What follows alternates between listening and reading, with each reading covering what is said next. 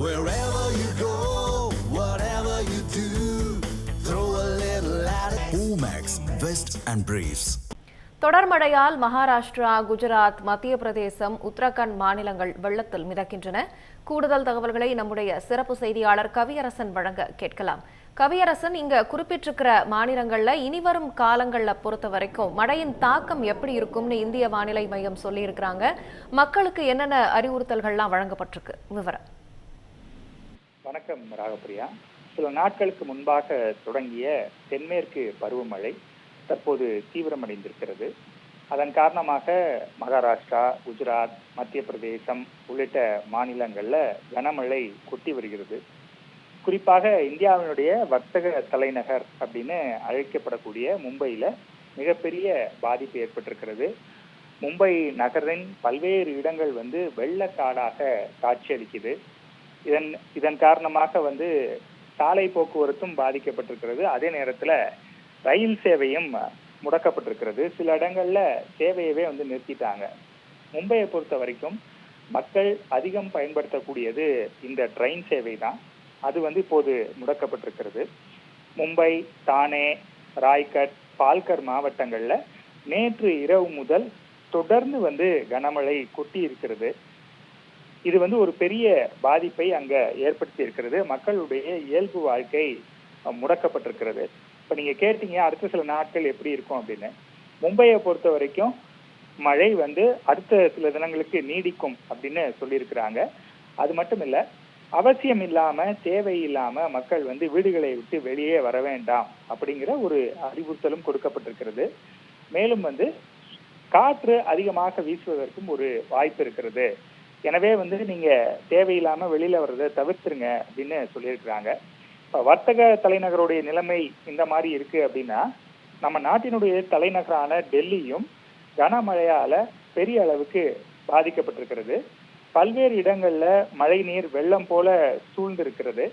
அதே போல கோவாவிலையும் மழையால முக்கிய சாலைகள் வெள்ளக்காடாக மாறி இருக்கின்றன. இன்னொரு பக்கம் குஜராத்தும் கனமழையால் முக்கிய நீர்நிலைகள் நிரம்பி இருக்கிறது. அது மட்டும் இல்ல, அங்கேயும் மக்களுடைய இயல்பு வாழ்க்கை பெரிய அளவுக்கு பாதிக்கப்பட்டிருக்கிறது.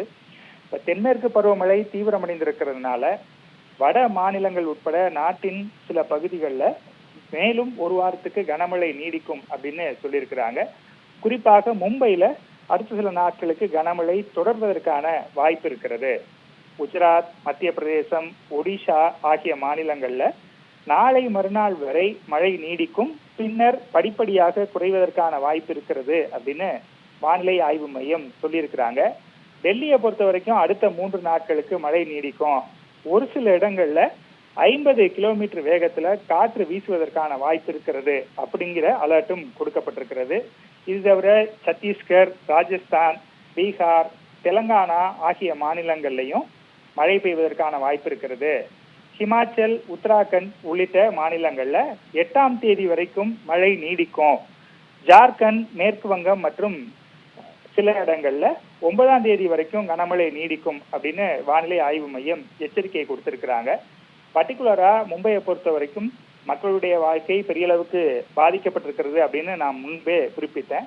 மேலும் டப்பாவாலாக்கள்னு சொல்லுவாங்க, அதாவது சாப்பாடு எடுத்து கொண்டு போய் கொடுக்க போறவங்க, அவங்களுக்கு அதுதான் வேலை. அதன் மூலமாகத்தான் அவங்களுக்கு வருமானம் வருகிறது. அதை வைத்துதான் அவங்க குடும்பத்தை நடத்திட்டு வர்றாங்க. கிட்டத்தட்ட மும்பையில மட்டும் பார்த்தோம் அப்படின்னா 3000 டப்பாவாலாக்கள் இருக்காங்க. அவங்க எல்லாருக்கும் இப்போது அந்த வேலை இல்லாம போயிடுச்சு.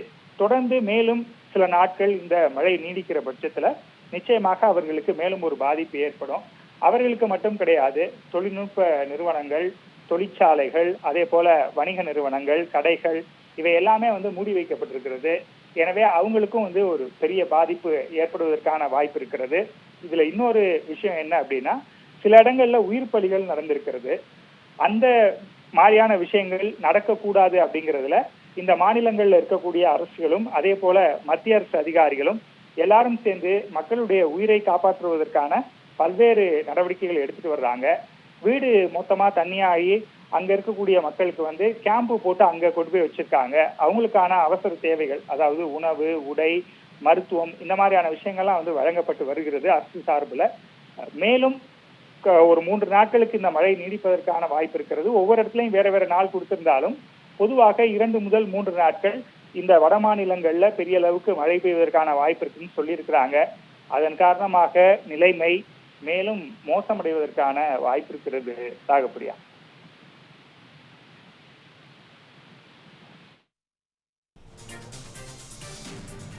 விவரங்களுக்கு நன்றி கவியரசன்.